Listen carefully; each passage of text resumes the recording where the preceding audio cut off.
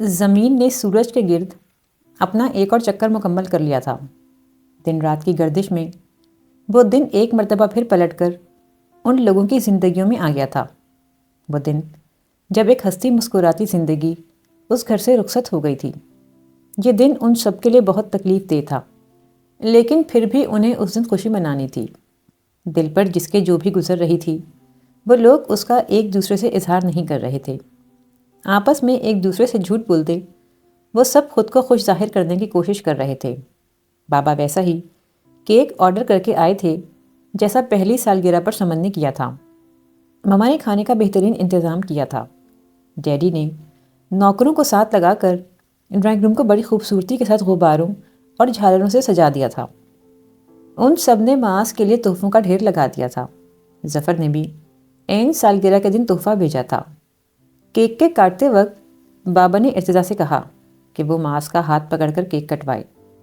مما، آپ اور ڈیڈی کٹوا لیجیے، اس نے مما سے نظریں چراتے ہوئے آہستگی سے کہا۔ کیک کا چھوٹا سا ٹکڑا منہ میں ڈالتے ہوئے مما خود کو روک نہیں پائی تھیں۔ مزے سے کیک کھاتا ہوا معاذ ان کو روتا دیکھ کر بڑا حیران نظر آ رہا تھا۔ بابا، ڈیڈی اور ارتضیٰ سب انہیں چپ کرانے میں مصروف تھے۔ ماما کی توجہ اب غباروں کی طرف تھی۔ صبا نے اسے کارپٹ پر بٹھا کر بہت سارے غبارے اس کے گرد جمع کر دیے۔ وہ اتنے سارے رنگین غباروں کو دیکھ کر بہت خوش تھا۔ وہ بظاہر اس کے ساتھ بیٹھی تھی، مگر اس کی توجہ سامنے صوفے پر بیٹھے بابا، مما، ڈیڈی اور ارتضیٰ کی طرف تھی۔ صبا، کسی نے اسے بہت زور سے آواز دی۔ وہ بری طرح چونکی۔ کیا ہوا صبا؟ میں اتنی دیر سے تمہیں آواز دے رہا ہوں۔ ارتضیٰ فلور کشن پر مما کے سامنے بیٹھا تھا۔ بابا اور ڈیڈی ان کے پاس صوفے پر بیٹھے تھے۔ وہیں بیٹھے بیٹھے گردن موڑ کر ارتضیٰ نے اسے آواز دی تھی۔ صبا کے چہرے کے تاثرات ناقابل فہم تھے۔ اس کے آواز دینے پر اس نے اسے دیکھ تو لیا تھا، مگر یوں لگ رہا تھا جیسے وہ اس کی بات سن تو رہی ہے مگر سمجھ نہیں رہی۔ صبا، تمہاری طبیعت تو ٹھیک ہے نا؟ وہ مما کو چھوڑ کر فوراً اس کے پاس آیا تھا۔ بابا اور ڈیڈی ہنوز مما کی دلجوئی میں لگے ہوئے تھے۔ وہ بڑے تشویش بھرے انداز میں اس کو دیکھ رہا تھا۔ میں تمہاری طبیعت کے بارے میں پوچھ رہا ہوں صبا۔ اس کے پاس بیٹھتے ہوئے اس نے اپنا سوال دہرایا۔ جی میں ٹھیک ہوں ارتضیٰ بھائی، اس نے معاذ پر نظریں مرکوز رکھتے ہوئے آہستگی سے جواب دیا۔ جب رونا آئے تو رو لینا چاہیے، نہ رونا بہادری نہیں۔ غم اپنے اندر جمع کرتے رہنے سے دل پر بہت بوجھ پڑ جاتا ہے۔ تم مما اور ڈیڈی کی وجہ سے ان کے سامنے نہیں روتی، مگر میرے سامنے تم رو سکتی ہو۔ اگر سمن یاد آ رہی ہے تو رو لو صبا۔ مجھے پتہ ہے تم دونوں ایک دوسرے کی بہن سے زیادہ دوست تھیں۔ بہت محبت کرتی تھی وہ تم سے۔ تم اسی محبت کو مس کرتی ہو صبا۔ سمن کے بارے میں اس طرح سے اس ایک سال میں ارتضیٰ نے گھر کے کسی فرد سے بات نہیں کی تھی، مگر اس وقت صبا کے چہرے پر موجود تاثرات نے اسے سمن کے بارے میں اتنا زیادہ بولنے پر مجبور کر دیا تھا۔ کیسی لگی تھی وہ اس پل ارتضیٰ کو، جیسے اس کی زندگی سے ہر امید، ہر آس اور ہر خوشی کو باہر نکال دیا گیا ہو، کیوں جیسے اس کے پاس زندگی میں کچھ بھی بچا نہ ہو۔ وہ اسے کیسے بتاتی کہ وہ کیوں نہیں روتی؟ وہ کیسے کہتی کہ اس سے رویا نہیں جاتا؟ وہ رونا چاہتی ہے مگر اس کا ضمیر اسے رونے نہیں دیتا۔ وہ خاموشی سے اس کی طرف دیکھ رہا تھا۔ وہ اس کے بولنے کا منتظر تھا۔ مجھ سے اس کے بارے میں بات نہیں کی جاتی، اسے کچھ تو کہنا تھا۔ اس حادثے کو قبول کر لو صبا، ہم سب کو اس کے بغیر رہنے کی عادت ڈالنی ہوگی۔ مان لینی ہوگی یہ بات کہ اب وہ کبھی یہاں آئے گی بھی نہیں۔ وہ ہمیشہ ہی کی طرح پیار بھرے انداز میں اسے سمجھانے لگا۔ روز کی طرح رات کو مما اور معاذ اس کے کمرے میں تھے۔ وہ روزانہ کی نسبت آج جلدی سو گیا تھا۔ مما نے سوتے ہوئے معاذ پر ایک شفقت بھری نگاہ ڈالی، پھر اس کی طرف متوجہ ہوئیں۔ تمہیں نیند تو نہیں آ رہی صبا؟ اس نے مما کی طرف نہ سمجھ میں آنے والے انداز میں دیکھا۔ ان کا انداز ظاہر کر رہا تھا کہ وہ اس سے کوئی بات کرنا چاہتی ہیں۔ اس نے نفی میں سر ہلا دیا۔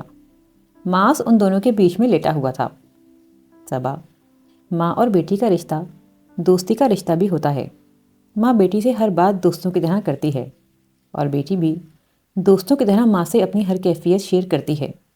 وہ اس کی طرف دیکھتے ہوئے بہت متانت اور بردباری سے بولیں۔ اسی لیے وہ بے ساختگی میں اپنی جگہ سے اٹھ کر بیٹھ گئی تھی۔ کیا بات ہے ماما؟ صبا، میں چاہتی ہوں آج ہم دوستوں کی طرح باتیں کریں۔ میں تم سے تمہاری زندگی کے سب سے اہم فیصلے کے بارے میں بات کرنا چاہتی ہوں۔ وہ اس کی طرف دیکھتے ہوئے بڑے دھیمے لہجے میں بولیں، ہم لوگ تمہاری شادی کے بارے میں سوچ رہے ہیں۔ بہت سے رشتے ہیں ہمارے سامنے، مگر تمہاری زندگی کے فیصلے کا اختیار تمہارے ہی پاس ہونا چاہیے۔ اگر تم کسی کو اس حوالے سے پسند کرتی ہو تو تم مجھے اس کے بارے میں بتا دو۔ وہ جواب میں چند لمحوں تک کچھ بول نہیں سکی تھی۔ ایسی کوئی بات نہیں ہے ماما، میری زندگی میں ایسا کوئی بھی نہیں۔ وہ جھوٹ بول بھی نہیں رہی تھی۔ جو کچھ اس کی زندگی میں تھا وہ اس کا ماضی تھا، اب نہ اس کی زندگی میں اور نہ اس کے دل میں، نہ اس کی سوچوں میں کہیں پر بھی کوئی نہیں تھا۔ پھر کیا ہم لوگ اپنی مرضی سے تمہارے لیے کسی کو چن سکتے ہیں؟ کیا تم ہمیں یہ حق دے رہی ہو؟ ان کی آنکھوں میں بڑی امید بھری چمک ابھری تھی، ایسے جیسے اس کے جواب نے انہیں بڑی خوشی دی ہو۔ اس نے سر اس بات میں ہلا دیا تھا۔ اگر ہم تمہاری شادی ارتضیٰ کے ساتھ کر دیں تو؟ اسے جیسے ایک دم کرنٹ لگا، وہ پوری کی پوری ہل گئی۔ تم مجھے خود غرض مت سمجھو صبا، یہ بات میں اس لیے نہیں کہہ رہی کہ تم ہمیشہ ماس کی ماں کا رول ادا کرتی رہو، اس کی پرورش کرو۔ اس میں کوئی شک نہیں کہ تم سے بہتر معاذ کا خیال کوئی نہیں رکھ سکتا۔ کل کو اگر ارتضیٰ نے دوسری شادی کر لی تو وہ دوسری لڑکی چاہے کتنی ہی اچھی کیوں نہ ہو، تمہاری طرح اس کی دیکھ بھال نہیں کر سکے گی۔ یہ سب باتیں اپنی جگہ بالکل درست ہیں، لیکن میرے تم سے ارتضیٰ سے شادی کے بارے میں کہنے کی وجہ یہ ہرگز نہیں۔ سچ تو یہ ہے صبا کہ ارتضیٰ سے بہتر تمہارے لیے کوئی نہیں ہو سکتا۔ وہ تمہیں سمجھتا ہے، تمہارے مزاج کو سمجھتا ہے۔ اس نے میری ایک بیٹی کو اتنا سکھی رکھا ہے کہ میں اپنی دوسری بیٹی بہت خوشی سے اسے دے سکتی ہوں۔ یہ صرف میری خواہش نہیں ہے، تمہارے ڈیڈی اور ظفر بھائی کی بھی یہی خواہش ہے۔ تم ہمیشہ ہماری نظروں کے سامنے رہو گی۔ ماس کو ماں کا پیار مل جائے گا ہمیشہ کے لیے، ارتضیٰ کا گھر پھر سے آباد ہو جائے گا۔ وہ بہت سنجیدگی سے اسے اپنی بات سمجھانے کی کوشش کر رہی تھیں۔ آپ کیسی باتیں کر رہی ہیں ماما؟ کتنی دیر بعد وہ خود کو بولنے پر آمادہ کر پائی۔ اس سے اپنا جھکا ہوا سر اٹھایا نہیں جا رہا تھا۔ صبا، ارتضیٰ بہت اچھا ہے، وہ میری نظروں کے سامنے پل کر بڑا ہوا ہے، میں نے اس میں کوئی برائی نہیں دیکھی۔ تمہاری تو خود اس کے ساتھ کتنی اچھی انڈرسٹینڈنگ ہے، میرا دل کہتا ہے کہ تم اس کے ساتھ بہت خوش رہو گی۔ ان کا لہجہ التجائیہ ہو گیا تھا۔ ایسا کبھی بھی نہیں ہو سکتا ماما، میں نے ارتضیٰ بھائی کے بارے میں کبھی اس طرح سے نہیں سوچا۔ دوستی اور انڈرسٹینڈنگ کا مطلب یہ نہیں کہ میں ان کے ساتھ شادی کر لوں۔ میں نے انہیں کبھی اس نظر سے نہیں دیکھا، میں نے ہمیشہ انہیں سمن کے حوالے سے دیکھا ہے، اور میں کسی اور حوالے سے انہیں دیکھنا بھی نہیں چاہتی ہوں۔ اس کا لہجہ بہت بے لچک اور سخت تھا۔ وہ اس موضوع پر مزید ایک لفظ بھی سننا نہیں چاہتی تھی۔ باقی جن پرپوزلز کا آپ ابھی ذکر کر رہی تھیں، ان میں سے آپ لوگ جسے چاہیں میرے لیے منتخب کر لیں۔ میں آپ لوگوں کے کسی فیصلے پر اعتراض نہیں کروں گی، لیکن پلیز ماما، یہ بات مجھ سے دوبارہ مت کیجیے گا۔ مجھے ایسی بات سوچتے ہوئے بھی شرم آ رہی ہے۔ ماما اس کا دو ٹوک انداز دیکھ کر خاموش ہو گئی تھیں۔ وہ آنکھیں بند کر کے سونے لیٹ گئی۔ آنکھیں بند کرتے ہی وہ اس کے سامنے آ کر کھڑی ہو گئی تھی۔ کیوں منع کر دیا تم نے ماما کو؟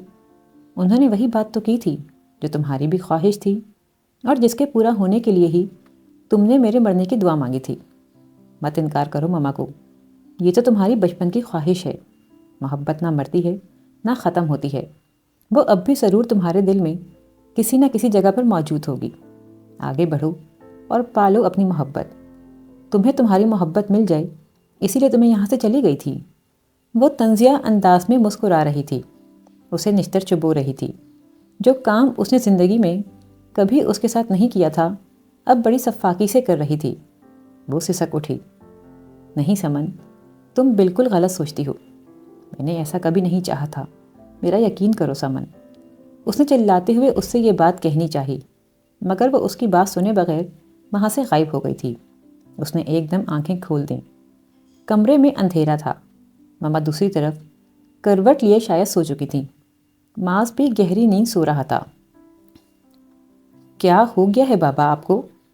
صبا کے بارے میں ایسی کوئی بات میں نے کبھی خواب میں بھی نہیں سوچی۔ ارتضیٰ نے بابا کے منہ سے یہ بات سنتے ہی بغیر ایک لمحے کی دیر لگائے فوراً انکار کر دیا۔ سوچی نہیں تھی تو اب سوچی جا سکتی ہے۔ تم اسے بچی سمجھتے ہو، مگر اب وہ بچی نہیں ہے۔ بابا اس کے دو ٹوک انکار پر کچھ جھنجھلا کر بولے تھے، کب تک تنہا زندگی گزارو گے؟ کبھی نہ کبھی تو تمہیں اپنے لیے کوئی فیصلہ کرنا ہی ہوگا۔ تو وہ لڑکی صبا کیوں نہیں ہو سکتی؟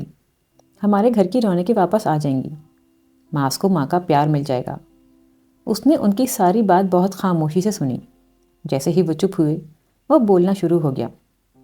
سب سے پہلے تو بابا، آپ اپنا یہ خوف دور کر لیں کہ میں ماس کے لیے کوئی ستیلی ماں لے کر آنے والا ہوں۔ بالکل بے فکر رہیں آپ۔ دوسری بات صبا کے بارے میں۔ وہ ایک پل کو خاموش ہوا، پھر اسی مستحکم اور فیصلہ کن انداز میں دوبارہ بولنے لگا۔ اگر آپ کے کہنے پر میں اس بات کو ذہن سے نکال بھی دوں کہ میں نے صبا کے لیے اس انداز سے کبھی نہیں سوچا، اور یہ کہ اب وہ اتنی چھوٹی نہیں ہے جتنا میں اسے سمجھتا ہوں، تب بھی بابا میں یہ فیصلہ کبھی نہیں کروں گا۔ میں اتنا خود غرض کبھی نہیں ہو سکتا کہ اس سے محض اس لیے شادی کر لوں کہ میرے بیٹے کو ماں کا سچا پیار مل جائے۔ اس کا حق ہے زندگی کی خوشیوں پر، کوئی ایسا شخص جو اسے سچا پیار دے۔ آپ کو پتہ ہے نا صبا مجھے کتنی عزیز ہے، میں کسی دوسرے کو اس پر زیادتی کرتے نہیں دیکھ سکتا، تو پھر خود کیسے اس کے ساتھ زیادتی کر سکتا ہوں؟ میں چاہتا ہوں اسے زندگی میں سچی محبت ملے، اسے زندگی میں سب کچھ ملے۔ بابا بے بسی اور مایوسی سے اسے دیکھ رہے تھے۔ وہ اسے قائل نہیں کر پائیں گے، انہیں اچھی طرح اندازہ ہو گیا تھا۔ ابھی آپ ہمارے گھر کی خوشیوں کی بات کر رہے تھے بابا، ہمارے گھر کی خوشیاں صبا اور ظفر کی شادیاں کر کے بھی تو لوٹ سکتی ہیں۔ ظفر امریکہ میں بہت اچھی طرح سیٹ ہے، اس کی یونیورسٹی میں جاب بہت اچھی چل رہی ہے، اس سے اس بارے میں بات کر کے اس کی شادی کے بارے میں سوچا جا سکتا ہے۔ صبا کا MSc مکمل ہو گیا ہے، اس میں کس بات کی کمی ہے جو اس کے لیے کوئی اچھا رشتہ نہ مل سکے؟ ان دونوں کی شادی کر کے ہمارے گھر کی رونقیں لوٹ آئیں گی۔ وہ ان کی مایوسی محسوس کر کے اپنا ہاتھ ان کے ہاتھ پر رکھ کر انہیں اپنا موقف سمجھانے کی کوشش کر رہا تھا۔ ان دونوں کے اتنی سختی سے اس بات کو رد کر دینے کے بعد دوبارہ اس ذکر کی کوئی گنجائش نہیں بچی تھی۔ ہاں، صبا اور ظفر کی شادی کے سلسلے میں اب سب نے بڑی سنجیدگی سے سوچنا شروع کر دیا تھا۔ ظفر کو یونیورسٹی آف ڈیلس میں جاب آفر ہوئی تو اس نے مما اور ڈیڈی کی اجازت سے اس آفر کو قبول کر لیا۔ مما نے اس سے فون پر اس بارے میں بات کی تو اس نے اپنی شادی کا فیصلہ کلی طور پر مما پر چھوڑ دیا۔ مما کی کالج کی دوستی رضوانہ آنٹی، ان کی بیٹی آسمہ مما کو بہت پسند تھی۔ مما کی پسند کو گھر کے باقی افراد نے بھی پسند کیا تھا۔ یوں ایک خوبصورت سی شام آسمہ کو انگوٹھی پہنا کر یہ رشتہ پکا کر دیا گیا تھا، اور جہاں تک صبا کی بات تھی اس کے لیے 3-4 پروپوزلز آئے ہوئے تھے۔ جب اس نے فیصلہ مما اور ڈیڈی پر چھوڑ دیا تو انہوں نے سنجیدگی کے ساتھ ان پر غور کرنا شروع کر دیا۔ مما خاندان میں شادی کرنے کے حق میں تھیں۔ خاندان کے لوگوں کے بارے میں پتہ ہوتا ہے، کسی چھان بین کی ضرورت نہیں پڑتی، ایک دوسرے کی اچھائی برائی سب پہلے سے معلوم ہوتی ہے۔ مما کی اس بات سے بابا نے بھی اتفاق کیا تھا۔ خاندان میں سے آئے 2 رشتوں میں سے انہیں سفیر فیروز کا رشتہ زیادہ پسند تھا۔ سفیر کراچی سے BE کرنے کے بعد کینیڈا MS کرنے کے لیے چلا گیا تھا۔ اسے وہیں پر بہت اچھی جاب مل گئی تھی۔ اس نے تجربے کے طور پر وہاں جاب کر لی تھی۔ مستقبل میں اس کا پاکستان واپس آنے اور اپنی ذاتی انجینئرنگ فرم اسٹیبلش کرنے کا ارادہ تھا۔ مما اور ڈیڈی کے پاس اس رشتے کو دوسرے رشتوں پر ترجیح دینے کی کئی وجوہات تھیں۔ سب سے بڑی اور اہم وجہ فیروز خالد کے گھر کا ماحول تھا۔ وہ اور ان کی بیوی دونوں بہت پڑھے لکھے اور وفادار قسم کے لوگ تھے۔ مما صبا کو شادی کر کے اتنی دور کینیڈا بھیجنے کا تصور بھی نہیں کر سکتی تھیں، مگر یہ سن کر کہ سفیر 1 سال میں کراچی واپس آنے کا ارادہ رکھتا ہے، اس رشتے کی طرف سے ہر طرح سے مطمئن ہو گئی تھیں۔ اس کی اور ظفر کی شادی کی تاریخیں آگے پیچھے رکھی گئی تھیں۔ ظفر کی شادی اس کی شادی سے 1 ہفتہ پہلے تھی۔ ایسا ظفر کی خواہش پر کیا گیا تھا۔ وہ چاہتا تھا کہ صبا اس کی شادی کو بھرپور طریقے سے انجوائے کر سکے، ورنہ پہلے ان لوگوں کا دونوں کی ساتھ شادی کرنے کا پروگرام تھا۔ ظفر شادی سے 1 مہینہ پہلے کراچی آ گیا تھا۔ اپنی شادی سے زیادہ وہ صبا کی شادی کی تیاریوں میں مصروف تھا۔ ارتضیٰ تو پہلے ہی اس کی شادی کی تیاریوں میں بہت پرجوش طریقے سے حصہ لے رہا تھا۔ شادی کی تقریباً تمام شاپنگ مما نے ارتضیٰ کے ساتھ کی تھی۔ سفیر بھی شادی سے 8 دن پہلے کراچی آ گیا تھا۔ ظفر کے ولیمے کے اگلے دن اسے مایوں بٹھایا گیا تھا۔ اس رات ارتضیٰ اس کے کمرے میں آیا۔ ظفر اور آسمہ پہلے ہی سے وہاں موجود تھے۔ تمہاری شادی کا تحفہ، وہ ڈبہ دیکھ کر ہی سمجھ گئی تھی کہ اس میں جیولری ہے۔ ایک بار ہم یوں ہی باتیں کر رہی تھی تو سمن نے مجھ سے کہا تھا کہ وہ تمہیں شادی پر تحفے میں ڈائمنڈ کا سیٹ دینا چاہتی ہے، اور ساتھ ہی تمہیں اور تمہارے شوہر کو ہنی مون کے لیے ہوائی جہاز کا ریٹرن ٹکٹ بھی۔ اب دوسرے والے تحفے کی تو کوئی ضرورت ہے نہیں۔ میرا خیال ہے تمہارا ہنی مون نیاگرا فال کی خوبصورتیوں کو سراتے ہوئے گزرنا ہے۔ وہ بڑے ہلکے پھلکے انداز میں اسے سمن کی اس بارے میں کہی گئی ایک بات بتا رہا تھا۔ جلدی سے کھول کر دیکھو صبا، پتہ تو چلے ارتضیٰ بھائی کی چوائس کیسی ہے۔ آسماں سیٹ دیکھنے کے لیے متجسس نظر آ رہی تھی۔ وہ بظاہر آسماں کے ساتھ سیٹ دیکھنے لگی تھی، لیکن اندر ہی اندر ارتضیٰ کی باتوں نے اسے بہت ڈسٹرب کیا تھا۔ اس وقت جبکہ وہ کوئی تکلیف دہ بات سوچنا نہیں چاہتی تھی، وہ اسے یہ بتا رہا تھا کہ سمن اس کے لیے کیا کیا سوچا کرتی تھی، وہ اس کے لیے کیا کیا خواب دیکھا کرتی تھی، اس کے لیے، صبا شفیق کے لیے، جو اس سے آگے سوچنے کی اس کی ہمت نہیں تھی۔ یہ تمہاری چمچی شادی کے بعد بھی اپنے سارے مسئلے لے کر تمہارے پاس آیا کرے گی۔ سفیر تو دیکھنا چند مہینوں میں ہی تم سے چڑھنے لگے گا۔ ظفر بہت عرصے بعد اس کے ساتھ چھیڑ چھاڑ کرنے کے موڈ میں تھا۔ صبا اب میرے ساتھ کوئی بات شیئر نہیں کرتی، بہت بڑی جو ہو گئی ہے صبا، اس نے مجھ سے اپنی فیلنگز چھپانی سیکھ لی ہیں، ارتضیٰ نے ظفر سے شکوہ کرنے والے انداز میں کہا تھا۔ یہ اطلاع میرے لیے تو بڑی خوش آئند ہے، یعنی میں یہ توقع رکھ سکتا ہوں کہ اب اگر کبھی میں اور تم کسی مقابلے میں آمنے سامنے آئے تو یہ میر جعفر اپنے سگے بھائی کو فیور کرے گی۔ ظفر آج واقعی بالکل پرانے موڈ میں تھا، شاید وہ اسے ہنسانا چاہتا تھا۔ جو وقت گزر چکا تھا اسے کچھ دیر کے لیے واپس لانا چاہتا تھا۔ کافی دیر تک وہ تینوں اس کے کمرے میں بیٹھے رہے۔ وہ اس کی چھیڑ چھاڑ کے جواب میں بجائے لڑنے کے مسکرا رہی تھی۔ وہ بھائی کی خواہش پوری کرنا چاہتی تھی، مگر اس کے ساتھ لڑائی جھگڑا اور بحث کرنے والی صبا کو وہ کہاں سے ڈھونڈ کر لاتی؟ وہ صبا تو عرصہ ہوا کہیں کھو گئی تھی۔ نکاح کے وقت اس کے پاس بہت سے لوگ تھے۔ اس کے بالکل قریب مما بیٹھی تھیں، وہاں ظفر بھی تھا، بابا بھی تھے۔ ان سب کے باوجود اس نے اپنے چاروں طرف ایک وجود کو تلاشا تھا۔ سمن، تم کہاں ہو؟ آؤ دیکھو، تمہاری صبا آج دلہن بنی ہے، آج اس کی شادی ہے۔ اب تو یقین کر لو کہ صبا تم سے کچھ بھی چھیننا نہیں چاہتی تھی، وہ تم سے حسد نہیں کرتی تھی، وہ تمہاری خوشیوں سے نہیں جلتی تھی۔ دیکھ لو، اس نے تمہاری کسی چیز پر اپنا حق نہیں جتایا۔ وہ اس گھر سے رخصت ہو رہی ہے، سب کچھ چھوڑ کر تمہاری کسی بھی چیز پر نگاہ ڈالے بغیر۔ یقین آ گیا نا تمہیں کہ صبا نے کبھی تمہاری جگہ لینی نہیں چاہی تھی۔ تمہاری جگہ کل بھی تمہاری تھی اور آج بھی تمہاری ہے۔ اس کے روئے روئے نے سمن کو بے آواز پکارا تھا۔ اسے رخصت کرتے وقت مما اسے گلے لگا کر کتنی دیر تک روتی رہی تھیں۔ ڈیڈی کی آنکھوں میں بھی نمی تھی۔ صبا تم بہت یاد آؤ گی۔ ارتضیٰ کے لہجے میں بھی اداسیاں گھلی ہوئی تھیں۔ اپنے سسرال میں پہلا قدم رکھتے ہوئے اس نے خود سے ایک عہد لیا، یہ کہ وہ اپنے شوہر کی ہمیشہ وفادار رہے گی، یہ کہ وہ ایک بہت اچھی بیوی بنے گی۔ سسرال میں اس کا بڑے شاندار طریقے سے استقبال کیا گیا تھا۔ وہ واقعی اپنے ساس سسر کی لاڈلی بہو لگ رہی تھی۔ علینا اور طلحہ بھی خاصے خوش نظر آ رہے تھے۔ اسے اس کے کمرے میں پہنچا دیا گیا۔ اس کے ذہن میں اس وقت سوائے اپنے شوہر کے کسی کا خیال نہیں تھا۔ اس کا سر جھکا ہوا تھا، لیکن وہ محسوس کر سکتی تھی کہ وہ ایک ایک قدم اٹھاتا اسی کی طرف آ رہا ہے۔ وہ بیڈ کے پاس آ کر رک گیا۔ وہ اس سے صرف ایک قدم کے فاصلے پر کھڑا تھا اور بہت گہری نگاہوں سے اسے دیکھ رہا تھا۔ وہ اپنے چہرے پر اس کی نگاہوں کی تپش محسوس کر رہی تھی۔ چند سیکنڈ وہ اسی طرح کھڑا اسے دیکھتا رہا، پھر اس نے بغیر کچھ کہے ایک نیلے رنگ کا مخملی جیولری کیس اس کے پاس بیڈ پر رکھ دیا۔ وہ ابھی اس کی اس حرکت پر ہی حیران ہو رہی تھی کہ وہ اس کے پاس سے ہٹ گیا۔ اس نے بے ساختہ اپنا جھکا ہوا سر اٹھا کر پہلی مرتبہ اس کی طرف دیکھا۔ اس کی صبا کی طرف پشت تھی۔ اس نے ڈریسنگ ٹیبل پر سے سگریٹ کا پیکٹ اور لائٹر اٹھایا اور پھر اس کی طرف دیکھے بغیر سلائڈنگ ڈور کھول کر باہر بیلکنی میں چلا گیا۔ بیلکنی میں جانے کے بعد اس نے سلائڈنگ ڈور واپس بند نہیں کیا تھا۔ بیلکنی میں مکمل اندھیرا تھا، مگر کمرہ تو پوری طرح روشن تھا۔ وہ اسے بہت آرام سے دیکھ سکتی تھی اور وہ اسے دیکھ بھی رہی تھی۔ وہ ریلنگ پر بازو ٹکائے اسموکنگ کر رہا تھا۔ وہ سمجھ نہیں پا رہی تھی سفیر کے اس رویے کو۔ اسے یہ بھی سمجھ میں نہیں آ رہا تھا کہ اب اسے کیا کرنا چاہیے۔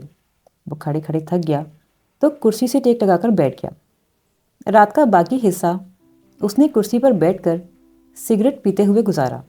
وہ ویسے ہی بیٹھی اس کی طرف دیکھتی رہی، جبکہ وہ اس کی طرف بالکل بھی متوجہ نہیں تھا۔ صبح کے قریب اس کی آنکھ لگ گئی تھی اور وہ کرسی سے ٹیک لگائے لگا ہی سو گیا تھا۔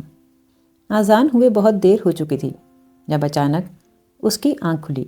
وہ آہستگی سے بیڈ پر سے اٹھی، ڈریسنگ ٹیبل کے سامنے کھڑی ہو کر وہ آہستہ آہستہ اپنی ساری جویلری اتار رہی تھی۔ کسی لڑکی کے ساتھ شادی کی پہلی رات اس کا شوہر ایسا سلوک کرے اور وہ روئے بھی نہ، کتنی ناممکن بات ہے یہ۔ اس نے اپنی آنکھوں کو آئینے میں بغور دیکھا، ان میں ہلکی سی بھی نمی نہیں تھی، یوں جیسے اسے اس بات کا احساس ہی نہیں کہ اس کی انسلٹ کی گئی ہے، اس کے وقار کو ٹھیس پہنچائی گئی ہے۔ جویلری اتارنے کے بعد وہ ڈریسنگ روم میں چلی گئی۔ اس نے کپڑے بدلے، پھر وضو کیا۔ جائے نماز اسے ڈریسنگ روم میں رکھی مل گئی تھی۔ وہ سر پر نماز کے لیے دوپٹہ اوڑھتی ڈریسنگ روم سے باہر نکلی تو نظریں سیدھی سفیر پر پڑیں۔ وہ کمرے میں واپس آ چکا تھا۔ وہ اس کے بالکل سامنے صوفے پر بیٹھا تھا۔ اس نے بھی کچھ چونک کر اس کی طرف دیکھا تھا۔ مجھے نماز پڑھنی ہے، قبلہ کس طرف ہے؟ اس نے سفیر کی طرف دیکھتے ہوئے بہت عام سے اور جذبات سے عاری انداز میں پوچھا۔ وہ بہت بری طرح چونک گیا۔ اس کے پاس آ کر اس نے جائے نماز اس کے ہاتھ سے لی اور خود ہی بچھا دی۔ وہ جائے نماز بچھا کر ہٹا تو وہ فوراً نماز پڑھنے کھڑی ہو گئی۔ وہ واپس صوفے پر بیٹھ گیا۔ نماز پڑھ کر جائے نماز تہہ کرتے ہوئے وہ واپس مڑی تو سفیر کو اپنے ہی طرف دیکھتا ہوا پایا۔ وہ بہت غور سے اسے دیکھ رہا تھا۔ میں تم سے کچھ بات کرنا چاہتا ہوں۔ اس کا لہجہ بے تاثر تھا۔ سفیر نے اسے اشارے سے صوفے پر بیٹھنے کے لیے کہا۔ میں جو باتیں تم سے کرنے والا ہوں وہ تمہارے لیے بہت تکلیف دہ ہوں گی، مگر جھوٹا منافقت سے میں سخت نفرت کرتا ہوں۔ وہ اس کی طرف دیکھتے ہوئے سنجیدگی سے بولا، کل رات تو مجھے بہت بری لگ رہی تھیں، لیکن اس وقت تمہیں دیکھ کر مجھے احساس ہو رہا ہے کہ اس سارے قصے میں میرے علاوہ اگر کسی پر ظلم ہوا ہے تو وہ تم ہو۔ تمہارا اور تمہاری فیملی کا کوئی قصور نہیں، تم لوگوں کے ساتھ زیادتی ہوئی ہے۔ اس قصے کے اصل مجرم میرے والدین ہیں۔ وہ بہت صاف گوئی سے بولا۔ وہ خاموشی سے اس کی طرف دیکھتی رہی۔ پاپا کہتے ہیں انہوں نے آج سے کئی سال پہلے تمہیں اپنی بہو کے طور پر پسند کر لیا تھا۔ ہم لوگ تمہارے گھر کسی فنکشن میں گئے تھے، تب ممی نے مجھے تمہیں دکھاتے ہوئے بتایا تھا۔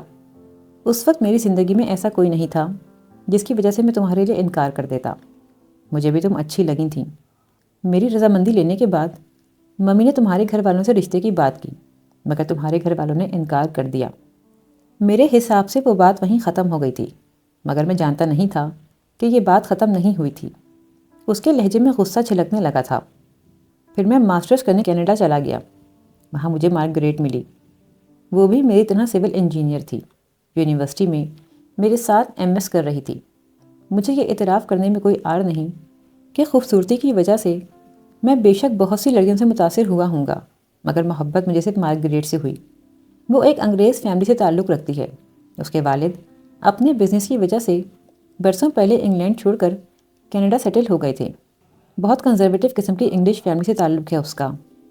اس کے ہاں بہت سی ایسی باتیں بری سمجھی جاتی ہیں جنہیں مغربی کلچر میں برائی سمجھا نہیں جاتا۔ میں نے اسے پرپوز کیا، اور جب اس نے میرے پرپوز کا ہاں یا نامی جواب دینے کا فیصلہ اپنے والدین پر چھوڑا تو میں حیران رہ گیا۔ وہ مجھے اپنے پیرنٹس سے ملوانے لے گئی۔ وہ لوگ مجھ سے ملے اور میں انہیں پسند آ گیا۔ وہ لوگ چاہتے تھے کہ مجھ سے شادی کے لیے ان کی بیٹی اپنا مذہب نہ بدلے، مگر میں نے مارگریٹ سے صاف کہہ دیا کہ اگر وہ واقعی مجھ سے محبت کرتی ہے اور شادی کرنا چاہتی ہے تو اسے مسلمان ہونا ہوگا۔ وہ مجھ سے اتنی محبت کرنے لگی تھی کہ یہ بات مان گئی۔ اس نے اپنے والدین کو بھی منا لیا۔ میں جانتا تھا میرے اس فیصلے سے میرے والدین کو اختلاف ہوگا۔ وہ ایک انگریز لڑکی کو چاہے وہ کتنی ہی اچھی فیملی سے تعلق کیوں نہ رکھتی ہو، بہو بنانے کے لیے خوشی خوشی تیار نہیں ہو سکتے۔ ممی پاپا کے ساتھ ہم بہن بھائیوں کے ہمیشہ دوستانہ تعلقات رہے تھے۔ انہوں نے ہماری زندگی کا ہر فیصلہ ہمیں خود کرنے کی آزادی دی تھی۔ ان سب باتوں کو ذہن میں رکھتے ہوئے میرا خیال تھا کہ تھوڑی بہت بحث تکرار کے بعد میں انہیں منا لوں گا۔ میں نے پاپا کو فون پر مارگریٹ کے بارے میں بتایا تو وہ غصے سے پاگل ہو گئے۔ میں نے انہیں قائل کرنے کی بہت کوشش کی، مگر وہ نہ مانے، اور میں انہیں ناراض کر کے شادی نہیں کرنا چاہتا تھا۔ میں نے ممی پاپا کو بھی اپنے پاکستان آنے کا بتا دیا۔ اور یہی غلطی میری سب سے بڑی غلطی ثابت ہوئی۔ والدین بھی کبھی اولاد کے خلاف اس طرح کی سازش کر سکتے ہیں، میں سوچ بھی نہیں سکتا تھا۔ انہوں نے مجھے بتائے بغیر تمہارے گھر رشتے کی بات کی اور جھٹ پٹ شادی کی تاریخ بھی طے کر لی۔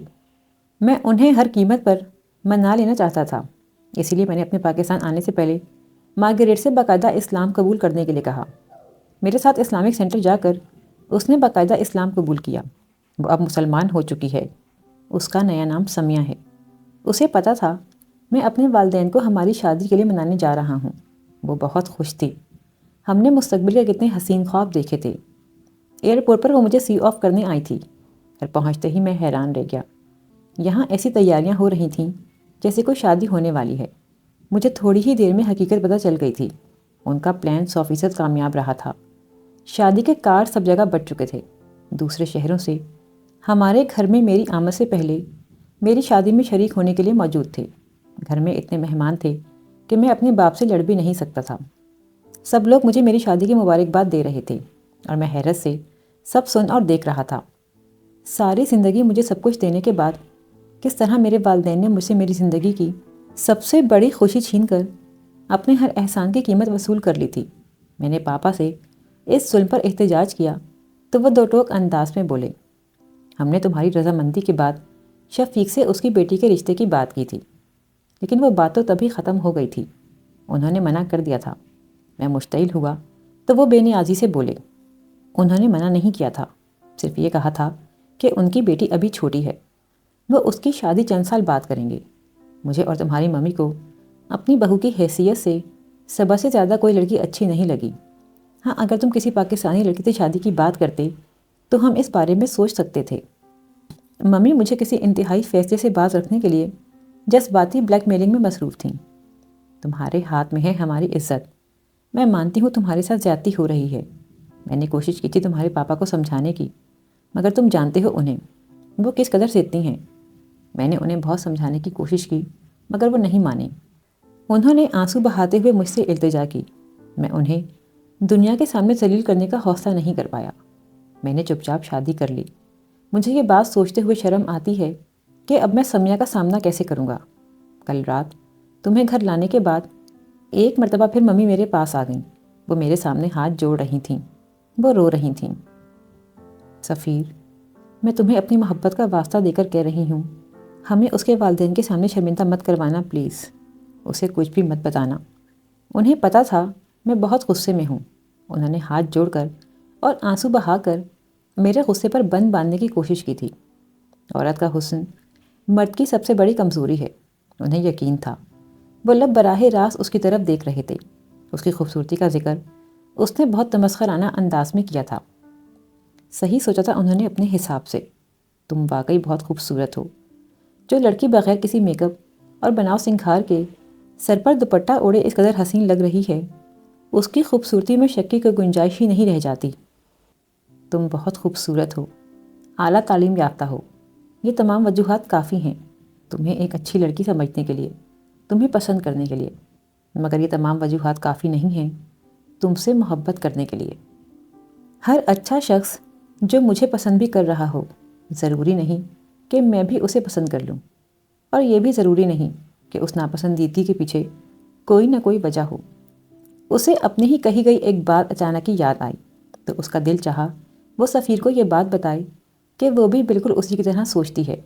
وہ بھی ہر اچھے شخص سے صرف اس وجہ سے محبت نہیں کر سکتی کہ وہ اچھا ہے۔ مجھے تم سے ہمدردی ہے، تمہارے ساتھ جو کچھ ہوا اس پر مجھے افسوس ہے، مگر میں اس سب کے لیے خود کو قصوروار نہیں سمجھتا۔ تمہارے ساتھ ظلم میرے ماں باپ نے کیا ہے، اگر کچھ کہنا ہے تو جا کر ان سے کہو۔ وہ ایک دم ہی صوفے سے اٹھا اور پھر اس سے مزید کچھ کہے بغیر باتھ روم میں چلا گیا۔ 6-7 منٹ بعد ہی وہ تولیے سے سر رگڑتا ہوا باتھ روم سے نکل آیا۔ تولیہ اس نے لاپرواہی سے کرسی پر اچھالا اور ڈریسنگ ٹیبل کے سامنے کھڑے ہو کر برش کرنے لگا۔ اسی وقت کسی نے کمرے کا دروازہ کھٹکھٹایا۔ السلام علیکم بھائی۔ آنے والی شخصیت علینا کی تھی۔ وہ اسے دیکھ کر ہولے سے مسکرائی۔ اسے خود اپنے مسکرانے پر حیرت ہوئی تھی۔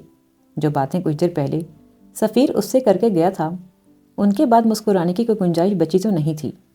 میں نے ابھی سفیر بھائی کو لاؤنج میں دیکھا تو سوچا کہ شاید آپ بھی اٹھ گئی ہوں گی، اسی لیے آ گئی تاکہ تیاری میں آپ کی مدد کروا دوں۔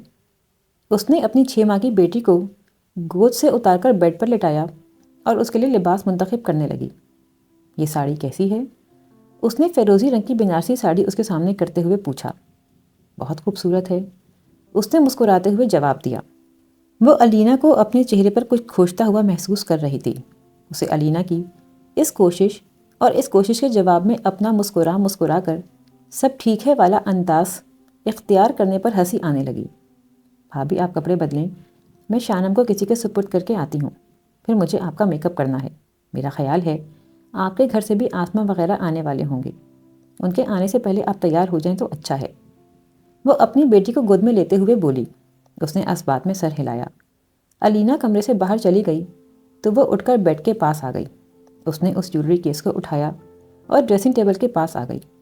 علینا کے کہنے پر اسے خود بھی یہ بات یاد آ گئی تھی کہ ابھی کچھ ہی دیر میں اس کے گھر سے کوئی نہ کوئی آنے والا ہوگا، اور آنے والے اگر آسما یا اس کی کوئی کزن ہوئی تو پہلا سوال اسی چیز کے بارے میں ہوگا۔ اس کے ہاتھ تیزی سے حرکت کر رہے تھے۔ اسے وہ جیولری اپنے ہاتھ سے پہننے پر خود پر ذرا بھی ترس نہیں آیا تھا۔ تمہارے ساتھ یہی سب کچھ ہونا چاہیے تھا صبا شفیق، تم اسی کی مستحق تھیں۔ وہ استہزائیہ انداز میں خود پر ہنسی۔ علینا اس کا میک اپ کرنے کے بعد جیولری پہناتے ہوئے ستائشی انداز میں بولی، آپ کی ہائٹ اور فگر ایسا ہے کہ آپ پر ساڑی بہت اچھی لگ رہی ہے۔ بہت کم لوگوں پر ساڑی اتنی اچھی لگتی ہے۔ وہ اسے تیار کر کے فارغ ہوئی ہی تھی کہ زرینہ آنٹی کے ساتھ کمرے میں آسما اور معاذ داخل ہوئے۔ معاذ اسے دیکھتے ہی بھاگتا ہوا فوراً اس کے پاس بیڈ پر چڑھا۔ اس نے بھی بڑے والہانہ انداز میں اسے خود سے لپٹایا۔ وہ اسے دیکھ کر خوش ہونے کے ساتھ ساتھ اس کی تیاریوں پر حیران بھی نظر آ رہا تھا۔ علینا ہی کی طرح زرینہ آنٹی نے بھی اسے بہت غور سے دیکھا۔ اس کی گردن میں پرلز کا نیکلس دیکھتے ہی انہوں نے ایک گہری تمائیت بھری سانس لی، جو اس کے علاوہ علینا نے بھی محسوس کی تھی۔ اکیلی آئی ہیں بھابھی؟ اس نے آسما سے پوچھا۔ وہ اس کے پاس ہی بیڈ پر بیٹھی ہوئی تھی۔ ہاں بس میں اور ظفر آئے ہیں، اور ہاں کہ معاذ بھی تو آیا ہے ہمارے ساتھ، وہ بھی زبردستی پیچھے لگ کر۔ وہ جواباً مسکرائی۔ تم لوگ باتیں کرو، میں دیکھوں کہ ناشتہ اب تک لگا کیوں نہیں ہے۔ زرینہ آنٹی کمرے سے باہر چلی گئیں جبکہ علینا ان لوگوں کے پاس ہی بیٹھ گئی۔ ناشتے کے بعد وہ ظفر اور آسما کے ساتھ گھر آ گئی۔ سفیر نے اپنی تھکن کا جواز پیش کر کے ساتھ جانے سے معذرت کر لی تھی۔ گھر میں اسے یوں ہاتھوں ہاتھ لیا گیا گویا وہ بہت دنوں بعد وہاں آئی ہو۔ مما نے اسے خوب گلے لگا کر پیار کیا تھا۔ صبا، تمہیں سفیر کیسا لگا؟ بڑی مشکلوں سے تھوڑی دیر کے لیے انہیں تنہائی نصیب ہوئی تو انہوں نے بےتابی سے اس سے پوچھا۔ بہت ہینڈسم، اس نے بڑی سنجیدگی سے جواب دیا۔ مما کے لبوں پر بے اختیار مسکراہٹ دوڑ گئی۔ بدتمیز، ماں سے مذاق کرتے ہوئے شرم نہیں آتی؟ مما، آپ نے یہی تو پوچھا تھا کہ سفیر کیسا لگا۔ میں نے سچائی سے جو بات تھی وہ بتا دی۔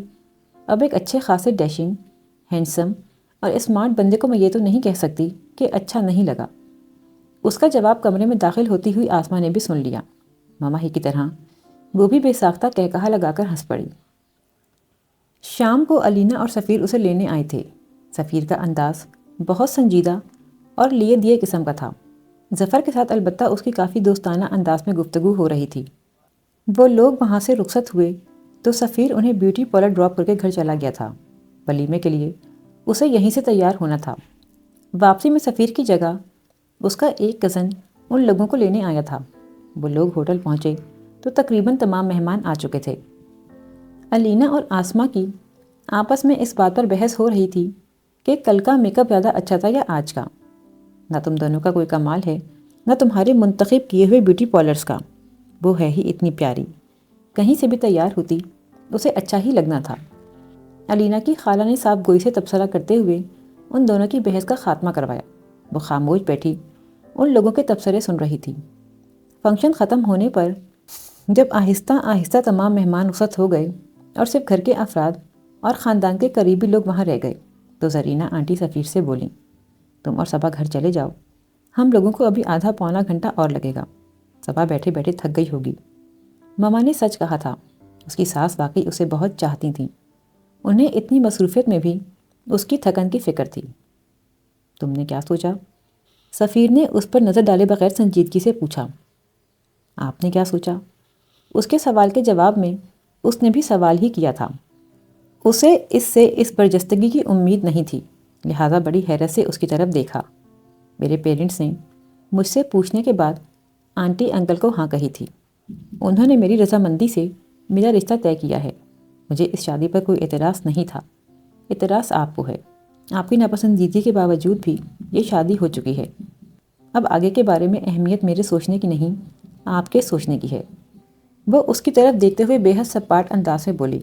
سفیر نے تھوڑی دیر سوچا اور پھر فیصلہ کن انداز میں بولا، مجھے سمیہ سے ہر قیمت پر شادی کرنی ہے۔ اس بارے میں سوچنے کی کوئی گنجائش ہی نہیں ہے۔ گھر سے مہمان چلے جائیں اور الینا اپنے گھر واپس چلی جائے تو میں فوراً کینیڈا واپس چلا جاؤں گا۔ میری کینیڈا میں اتنی اچھی جاب ہے کہ میں اپنے باپ کے پیسوں کا بالکل محتاج نہیں۔ وہ بے شک مجھے آگ کر دیں۔ اپنی باتوں پر اس کا رد عمل دیکھنے کے لیے اس نے ایک مرتبہ پھر ونڈو اسکرین سے نظریں ہٹا کر صبا کی طرف دیکھا۔ کیا آپ کی اور سمیہ کی زندگی میں میرے لیے کوئی جگہ نکل سکتی ہے؟ اس کا سوالیہ انداز ایک دفعہ پھر جذبات سے آری تھا۔ وہ حیرت سے اسے دیکھنے لگا۔ میں اس شادی کو قائم رکھنا چاہتی ہوں۔ میری بہن کے انتقال کو ابھی بہت زیادہ عرصہ نہیں گزرا۔ میرے پیرنٹس ابھی تک اس صدمے سے باہر نہیں نکلے ہیں۔ اگر میری شادی ختم ہو گئی تو انہیں بہت بڑا شوق لگے گا۔ میں انہیں اپنی وجہ سے کوئی دکھ نہیں دینا چاہتی۔ آپ کو سمیہ کے ساتھ ضرور شادی کرنی چاہیے۔ آپ دونوں ایک دوسرے سے محبت کرتے ہیں۔ آپ دونوں کی شادی ہونی چاہیے۔ مگر کیا اس شادی کے ساتھ ساتھ آپ میرے ساتھ بھی اس تعلق کو قائم رکھ سکتے ہیں؟ تم دوسری لڑکیوں سے بہت مختلف ہو۔ یہ لڑکی اسے آج صبح سے چونکا رہی تھی۔ وہ اعتراف کیے بغیر نہیں رہ سکا تھا۔ تمہاری جگہ دوسری کوئی لڑکی ہوتی تو اس صورتحال میں اس طرح ریئیکٹ نہیں کر سکتی تھی۔ بجائے رونے دھونے اور واویلا کرنے کے، تم نے اتنی جلدی تمام مسائل کا منطقی انداز میں حل تلاش کرنا شروع کر دیا ہے۔ تم واقعی بہت مضبوط اور بہادر لڑکی ہو۔ اس نے بڑی صاف گوئی سے اس کی تعریف کی۔ آپ کی تعریف کا شکریہ، لیکن آپ نے میرے سوال کا جواب نہیں دیا۔ اس کے سوالیہ انداز پر اس کے لبوں پر بے ساختہ ہلکی سی مسکراہٹ در آئی تھی۔ تم بہت اچھی لڑکی ہو صبا۔ تمہارے ساتھ واقعی بہت زیادتی ہوئی ہے۔ تمہاری شادی کسی ایسے شخص سے ہونی چاہیے تھی جو تم سے محبت کرتا۔ اس کی نگاہوں اور اس کے لہجے میں سرد مہری اور اجنبیت کی جگہ دوستانہ انداز نے لے لی تھی۔ اس وقت نہ میں تمہیں نہ کہہ سکتا ہوں اور نہ ہاں۔ تو مجھے سوچنے کے لیے تھوڑا وقت دو۔ گاڑی گھر کے اندر لا کر پورچ میں لے جا کر روکتے ہوئے اس نے کہا۔ شدید خواہش رکھنے کے باوجود وہ اسے دو ٹوک انداز میں منع نہیں کر پایا تھا۔ کمرے میں آ کر وہ بجائے بیٹھنے کے فوراً ہی ڈریسنگ ٹیبل کے پاس آ کر اپنی جویلری اتارنے لگی۔ سفید ڈرائنگ روم میں کپڑے بدلنے چلا گیا۔ وہ کپڑے بدل کر آیا تو وہ دوپٹے کی پنجیں نکالنے میں مصروف تھی۔ وہ کل کی طرح بالکنی میں نہیں گیا تھا، بلکہ تکیے سے ٹیک لگا کر بیڈ پر بیٹھ گیا تھا۔ پنجیں نکالتے نکالتے یوں ہی بے دھیانی میں اس کی نظر سفیر پر پڑی تو حیرت کا شدید جھٹکا لگا۔ وہ اس کی طرف بہت غور سے دیکھ رہا تھا اور یہ نگاہیں صبح سے لے کر اب تک کی تمام نگاہوں سے مختلف تھیں۔ ایک پل کے لیے دوپٹے پر رکھے اس کے ہاتھ کانپے۔ اس نے فوراً اپنا رخ بدل لیا اور دوپٹے کی آخری پن نکالنے کے بعد کپڑے بدلنے ڈریسنگ روم میں چلی گئی۔ وہ اسے نظر انداز نہیں کر سکا تھا۔ صبح ناشتے کے تھوڑی دیر بعد ہی زرینہ آنٹی نے اس سے لنچ کے بارے میں پوچھا۔ لنچ میں کیا کھاؤ گی صبا؟ انکل بھی وہیں بیٹھے تھے۔ کچھ بھی جو آپ لوگوں کو پسند ہو۔ تکلف سے کام نہیں چلے گا، اپنی پسند بتاؤ۔ آج ہم سب بھی تمہاری پسند کا لنچ کریں گے۔ انکل نے اسے فوراً ٹوکا۔ کوئی بھی چائنیز ڈش؟ ان کے اصرار پر اسے کہنا پڑا۔ زرینہ، آج لنچ پر چائنیز ڈشز ہونی چاہیے اور بڑے اہتمام کے ساتھ ہونی چاہیے۔ اس کا جواب سنتے ہی انہوں نے زرینہ آنٹی سے کہا۔ زرینہ آنٹی فوراً وہاں سے چلی گئیں۔ انکل بھی اپنے کسی کام سے تھوڑی دیر بعد اٹھ گئے تو وہ کچھ دیر کے لیے لاؤنج میں بالکل تنہا رہ گئی۔ تم یہاں بیٹھی ہو؟ سفیر لاؤنج میں آتے ہوئے بولا۔ چلو لنچ کرنے کہیں باہر چلتے ہیں۔ گاڑی کی چابی ہاتھ میں لیے وہ جیسے جانے کا پروگرام پہلے ہی سے بنائے بیٹھا تھا۔ لیکن آنٹی میری وجہ سے لنچ پر چائنیز کھانے بنوا رہی ہیں۔ گھر پر بہت لوگ ہیں کھانے کے لیے۔ اس کے اعتراض پر وہ لاپرواہی سے بولا۔ میں گاڑی میں تمہارا انتظار کر رہا ہوں، تم ممی کو بتا کر آ جاؤ۔ وہ باہر نکلتے ہوئے اس سے بولا۔ آنٹی، ہم لوگ لنچ کرنے جا رہے ہیں۔ وہ کچن کے دروازے کے پاس آ کر ہچکچاتے ہوئے انداز میں بولی۔ وہ ملازمہ کو لنچ کے لیے کچھ ہدایات دینے میں مصروف تھیں۔ اسے آتا دیکھ کر وہ پوری طرح اس کی طرف متوجہ ہو گئی تھیں۔ اس کی بات سن کر وہ بڑے خوشگوار انداز میں مسکرا دیں۔ ضرور جاؤ، یہ تو بہت اچھی بات ہے۔ برا ماننے کے بجائے وہ بہت زیادہ خوش نظر آ رہی تھیں۔ اسے معلوم تھی کہ وہ کس وجہ سے اس قدر خوش ہیں۔ وہ پورچ کی طرف جانے لگی تو راستے میں انکل سے ٹکراؤ ہوا۔ وہ سفیر کو گاڑی میں بیٹھ کر اس کا انتظار کرتے دیکھ چکے تھے، اس لیے ان کے چہرے پر پہلے ہی سے فخریہ مسکراہٹ تھی۔ اپنے فیصلے کا اچھا نتیجہ نکلتا دیکھ کر وہ بڑے مطمئن نظر آ رہے تھے۔ ان کی سوچ اور ان کا تجربہ غلط ثابت نہیں ہوا تھا۔ بیٹا گھر والوں پر غصے اور ناراضگی کے باوجود بھی اس لڑکی کو نظر انداز نہیں کر پایا تھا، اور یہی انہیں امید تھی۔ تمہیں چائنیز کھانے پسند ہیں؟ گاڑی ڈرائیو کرتے ہوئے اس نے پوچھا۔ ہاں، اس نے مختصر جواب دیا۔ میوزک سنو گی؟ اس کے پوچھنے پر اس نے سر ہلا دیا۔ اس نے کیسٹ لگا دی، پھر گاڑی ایک چائنیز ریسٹورنٹ کے پاس لا کر روک دی تھی۔ کل رات اس نے صبا سے کہا تھا کہ وہ سوچ کر اسے جواب دے گا اس بات کا کہ وہ اس کے ساتھ اس رشتے کو برقرار رکھنے کے لیے تیار ہے یا نہیں، مگر پھر اسے سوچنے میں زیادہ وقت نہیں لگا تھا۔ کل رات کے بعد اب نہ صبا کو اپنے سوال کے جواب کی کوئی ضرورت رہی تھی اور نہ اسے جواب دینے کی کسی بھی وجہ سے، لیکن وہ صبا شفیق کو قبول کر چکا تھا۔ اسی لیے اس وقت لنچ کرتے ہوئے وہ اسے بڑی سنجیدگی سے بتانے لگا۔ ابھی میں واپس ٹورنٹو چلا جاؤں گا، فوراً میں سمیا کو یہ سب نہیں بتا سکوں گا۔ کچھ عرصہ لگے گا مجھے یہ سب کچھ اسے سمجھانے میں۔ ظاہری بات ہے اسے بہت صدمہ پہنچے گا، وہ مجھ سے بدگمان بھی ہوگی، لیکن آہستہ آہستہ میں اسے قائل کروں گا۔ پتہ نہیں اس سب میں کتنے دن لگیں۔ ویسے بھی ابھی 1 سال سے پہلے تو میرا پاکستان آنے کا کوئی ارادہ پہلے بھی نہیں تھا۔ شادی میں اس کے ساتھ یہاں سے جاتے ہی کر لوں گا، پھر جیسے ہی وہ میری بات سمجھنے میں کامیاب ہوئی ہم لوگ پاکستان واپس آ جائیں گے۔ پاکستان آنے کا میرا پکا پروگرام ہے۔ تم ممی پاپا کے ساتھ رہنا، سمیا کو میں الگ گھر میں رکھوں گا۔ وہ پرسکون سے انداز میں مسکرائی۔ اسے سفیر کی بات سے بڑا اطمینان ملا تھا۔ میں آپ کی اور سمیا کی زندگی میں بالکل مداخلت نہیں کروں گی۔ وہ اپنی پلیٹ میں چاول ڈالتے ہوئے اس کی بات سن رہا تھا۔ بس میری آپ سے اتنی التجا ہے کہ میرے گھر والوں کو ابھی کچھ بھی پتہ نہیں چلنا چاہیے۔ جس طرح آپ سمیا کو ایک دم سے ساری بات نہیں بتا سکتے، اسی طرح میں بھی انہیں اچانک یہ خبر نہیں سنا سکتی۔ آپ کے جانے کے بعد موقع دیکھ کر میں انہیں مناسب طریقے سے ساری بات سمجھا دوں گی۔ وہ اپنی پلیٹ کی طرف متوجہ ہو گئی تھی۔ سفیر نے اس کی بات بڑی سنجیدگی سے سنی اور سر ہلا دیا۔ وہ اب اس کی باتوں پر حیران نہیں ہو رہا تھا۔ وہ جان گیا تھا کہ اس کے سامنے بیٹھی لڑکی کوئی عام لڑکی نہیں ہے، وہ بڑی منفرد اور مختلف لڑکی ہے۔ پاپا سے ناراضگی کے باوجود میں ان کی لائی ہوئی لڑکی سے یہ نہیں کہہ سکتا کہ مجھے اس سے نفرت ہے۔ وہ اس کی تعریف کر رہا تھا۔ پھر اس میں میرا تو کوئی کمال نہیں، مطلب یہ کہ اگر میں خوبصورت نہ ہوتی تو آپ مجھ سے نفرت کرتے، مگر عام سی شکل کے ساتھ بھی میں ہوتی تو صبا شفیق ہی۔